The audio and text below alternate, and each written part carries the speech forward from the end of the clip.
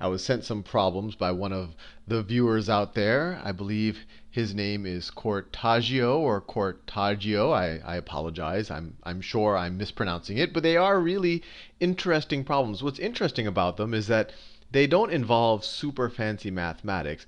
They just involve an elegant way to apply fairly simple mathematics. So without me talking too much about the problems, let's try to solve one of them.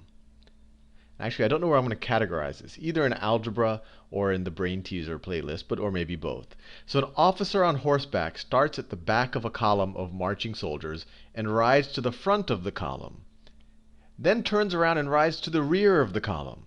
If the rider travels 3 times as fast as the column moves, and the column is 100 meters long, okay, I think we have enough information to start drawing this. So let me draw the column of soldiers. I'll just draw this as a big fat line.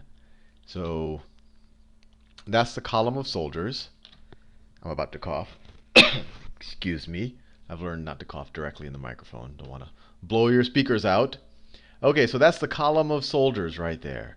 And the problem tells us that it's 100 meters long. So this distance right here is 100 meters.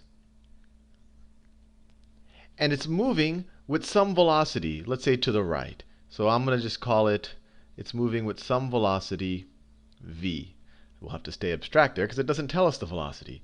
And then we have, what is this, the officer? Is that what they, right.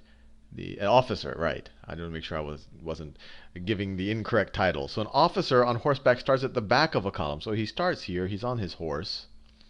He's on his horse. That's my rendition of the horse for these purposes, has an officer on the back. And he is going to, while the whole column is going forward with the velocity v, he's going to go to the front of it. Obviously, he can go faster because he's on a horse. And then he's going to go to the back. And they want to know how far did this whole column move. And how fast is he going? Let's see. If the rider travels 3 times as fast as the column. So if the column is traveling with the velocity v, he's going to be traveling with the velocity of 3v. So let's think about 2 things. Let's think about the time it takes him to go to the front of the column, and then the time it takes to go back. So let's say t1 is equal to time to front, and then t2 would be time to back. There might be other ways to solve this, but this is the way that's jumping out into my brain. So let's figure out what the time to the front of the column is.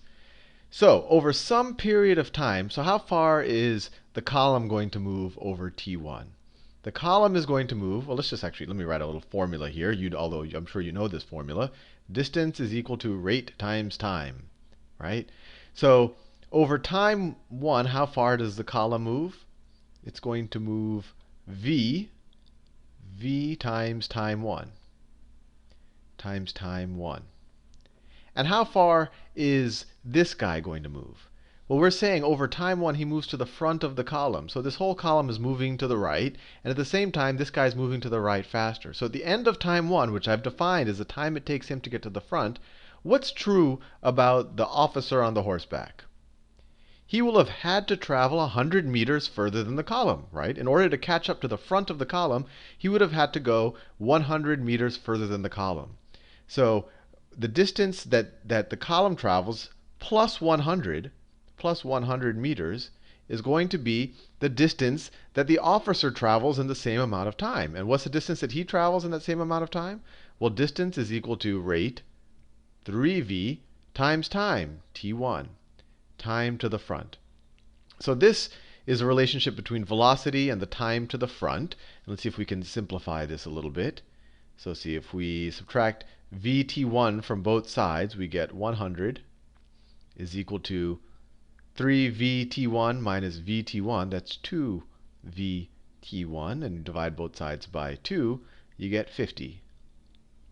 vt1 is equal to 50. The velocity of this column of soldiers times the time it takes this officer to get to the front is equal to 50. Well, that doesn't solve our problem yet. We want to know how far does the column move. We have 2 variables with 1 equation. Not helpful yet. Let's see if t2 can help us a little bit. All right, I'll switch colors to ease the monotony. Okay, time to back. So now we're in the opposite situation where the guy has gotten here. He turns around, I'd argue immediately. He turns around immediately, and he goes back with a velocity of 3v. So my question to you is, he starts out here, and relative to him, he's going this direction at a velocity of 3v, and the back of the column is moving towards him with a velocity of v, right?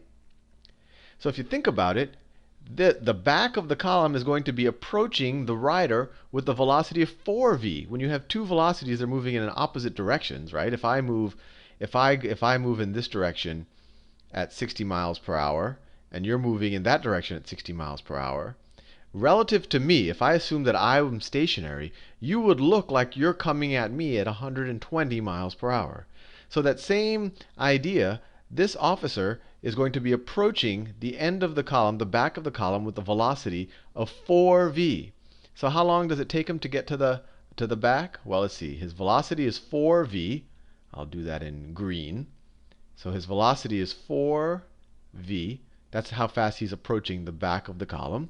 And it's going to take him time 2 times time 2. And his distance, he's going to travel 100 meters, because that's the length of the column, is equal to 100. And let's see, if we divide both sides of this by 4, we get velocity times time 2 is equal to 25. And once again, we have one equation with two unknowns. It doesn't help us a lot. Let's review the problem again to see if somehow we can use this information and this information to solve what they're asking for.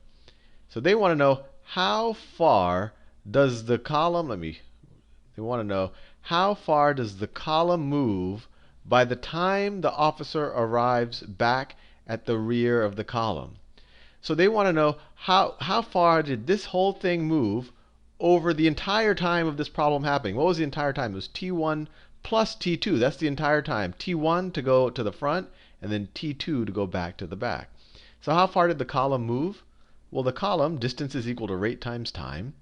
So the column will move, its distance is equal to the column's rate, velocity. And then what's the time that this whole little problem occurs on? Well, t1 is how long it takes the officer to get to the front, right? Plus t2. So this is what we're solving for. This is what we need to know. We need to know the distance traveled by the column. And once again, we have all these variables, but maybe we can do something interesting. Let's look at this. So if we just distribute this, we have distance is equal to v times t1 plus v times t2. And do we know what these things are? Well, sure. We were able to kind of stumble our way into what these values are. And that's what's interesting about this problem. We never figured out v, we never figured out t1 or t2, but we can figure out this whole thing because v times t1, they tell us, is 50. So we can substitute it back here. So the distance is equal to 50 plus, what's v times t2? Well, we solved it here when we figured out how long it would take to go back to the front of the column. So that's 25. So that we'll put over here. So the total distance that the column traveled is 50 plus 25 meters, or 75 meters. And this is a neat problem because they didn't tell us how fast the column is actually going. They're just saying it's v. They just said that the officer is going 3 times as fast, but we don't know absolute velocities. But we were still able to figure out, even without even knowing the absolute times, we were still able to figure out the total distance that the column traveled. Anyway, I hope you enjoyed that, and if you did, you can thank Cortaggio for the problem.